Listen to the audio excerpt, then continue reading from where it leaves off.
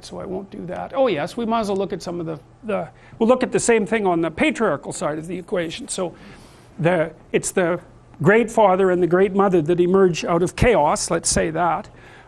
You can think about that over the evolutionary time span too, because it's the fundamental differentiation of life into two sexes, the fundamental differentiation of being into two sexes that interact creatively to produce new being. It's a very, very deep motif.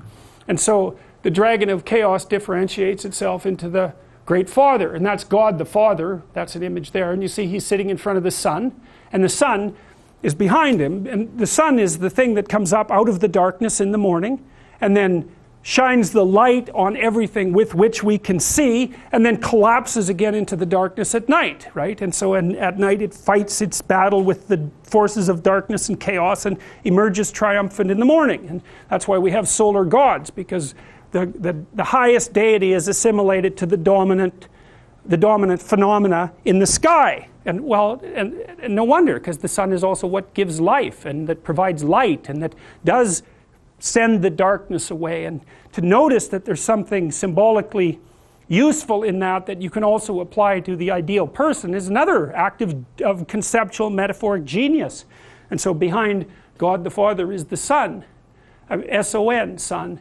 And you see he's ruling over a walled city here, and you can think about God the Father here as the spirit of the walled city. That's a good way of thinking about it. And so, what does that spirit mean? Well, forget about the supernatural element of this, or the transcendent element of it even. How do you represent society? Okay, you've got your walled city. Okay, why is it walled? That's the fundamental structure of a city. Why is it walled? Well, because you have to have a border between what's yours and what isn't yours, or a border between your territory and the outside world, right? Otherwise it's not delineated and defined.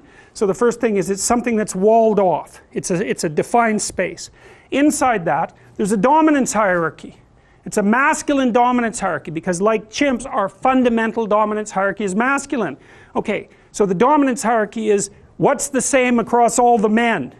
And then it's more than that. It's what's the same across all men insofar as they found their position in the dominance hierarchy, insofar as they're supporting it, insofar as they're expanding it, and insofar as they're trying to strive up it. So it's averaged across that, but then it's more than that, because it's not just the men that live now, it's also the men that used to live and the men that will live. And you think, what are you relating to when you relate to other people? Well, in part, you're relating to the spirit of the men that will soon live. And that's what a contract is, right? You make a contract with the potential society of the future. It's embodied as a spirit. And so you act appropriately in relationship to the patriarchal spirit, because if you act in accordance with that structure, then you can extend your contractual relationship with other people across time. It's brilliant. It's a brilliant conceptualization. That's independent of any supernatural or transcendent reality. I'm not saying it exists in necessary opposition to such things. I'm just saying that you don't have to introduce the idea of such things into the conceptualization in order to understand the symbolism.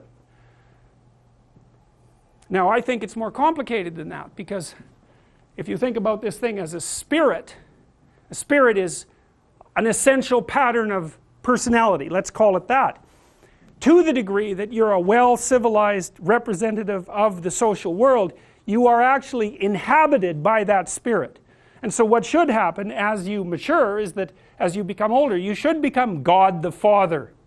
That's what you're aiming at. You want to embody that central spirit that characterizes the civilization, and that spirit's very complex, and that's why you often see it in relationship with the representation of God the Son, because the masculine spirit isn't, the spirit in general, the spirit of civilization, isn't exhausted by its patriarchal representation. That's the dogmatic form, like Osiris, right? It's only the structure. That has to be allied with the thing that keeps the structure alive. So you want to be both of those things at the same time. The embodiment of the civilization and the force that transforms it and moves it forward. And that's what you're supposed to be being taught. That's what university is for. Well, that's what it used to be for. Now it's mostly there to produce politically obsessed idiots. Oh, anyways, Sorry about that, but it gets very frustrating. So, alright, so that you get the picture, that's what that represents, that's what it's trying, that's an idea that's been trying to emerge in the human imagination since the beginning of time, and it's not a trivial idea, it's an unbelievably profound idea, and it differentiates too, and this is what makes it complicated.